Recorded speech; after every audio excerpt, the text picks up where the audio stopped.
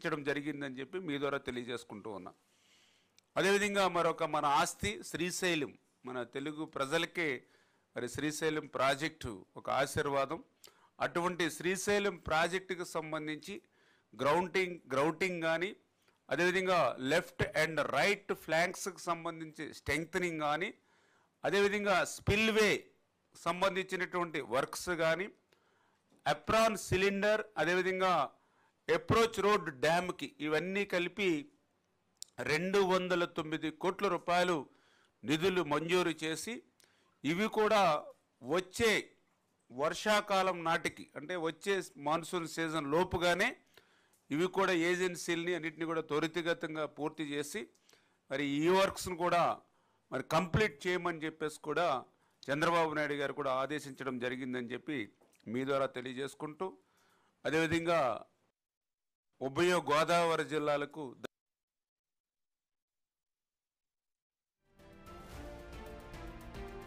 ధవళేశ్వరం మీ అందరికీ తెలుసు. ఆ రోజు మహానుభావుడు సరార్థన్ కాటన్ మరి ఏదైతే ధవళేశ్వరం ఉందో ఆ ధవళేశ్వరానికి సంబంధించినటువంటి గేట్స్ కూడా అవి కూడా మరి ప్రమాదభరితంలో ఉన్నటువంటి స్థితిలో దానికి సంబంధించిన ధవళేశ్వరం గేట్స్ను కూడా మళ్ళీ మరి కొత్త గేట్లను ఏర్పాటు చేసేటువంటి విధంగా మరి దానికి కూడా 138 కోట్లు ఏదైతే ఈ ప్రభుత్వం మంజూరు చేయడం జరిగింది. దీనికి కూడా వెంటనే టెండర్స్ ఏజెన్సీలు అన్నీ ఫిక్స్ చేసి ఇవి కూడా నెక్స్ట్ సీజన్ కల్లా ధవళేశ్వరం గేట్స్ని కూడా మరి ప్రక్షాళన చేసి కంప్లీట్ చేయమని చెప్పేసి కూడా మరి చంద్రబాబు నాయుడు గారు ఆదేశించడం జరిగిందని చెప్పి కూడా తెలియజేసుకుంటూ ఉన్నా. అదేవిధంగా గోరకల్లు రిజర్వాయర్ మీ అందరికీ తెలుసు. ఏదైతే మరి జిఎన్ఎస్ఎస్ గాలేరు నగర్ ఏదైతే ఉందో ఆ గాలేరు నగర్కి మొట్టమొదటి రిజర్వాయరే గోరకల్లు. ఆ గోరకల్లు రిజర్వాయర్ ఫుల్ అవుతేనే అక్కడి నుంచి అవుకు రిజర్వాయర్కి నీరు వెళ్తుంది. అవుకు రిజర్వాయర్ ఫుల్ అవుతేనే గండికోటకి నీరు వెళ్తుంది. ఆ గండికోటకి నీరు వెళ్తేనే చిత్రావతికైనా, మైలవరంకైనా, పైడిపాలెమైనా ఎక్కడికి పోవాలన్నా కూడా, అంటే రాయలసీమలో ఉన్నటువంటి 60-70% రిజర్వాయర్లు ఫుల్ కావాలని అంటే గోరకల్లు రిజర్వాయర్ ఫుల్ అవుతూనే జరుగుతుంది. అటువంటి గోరకల్లు రిజర్వాయర్ ప్రమాదభరితంగా ఉంటే గత 5 సంవత్సరాల పాలనలో ₹1 కూడా ఆ గోరకల్లు రిజర్వాయర్కి పెట్టినటువంటి పరిస్థితి లేదు. ఆఖరికి కడప జిల్లాకి నీరు అందించేదే గోరకల్లు రిజర్వాయర్.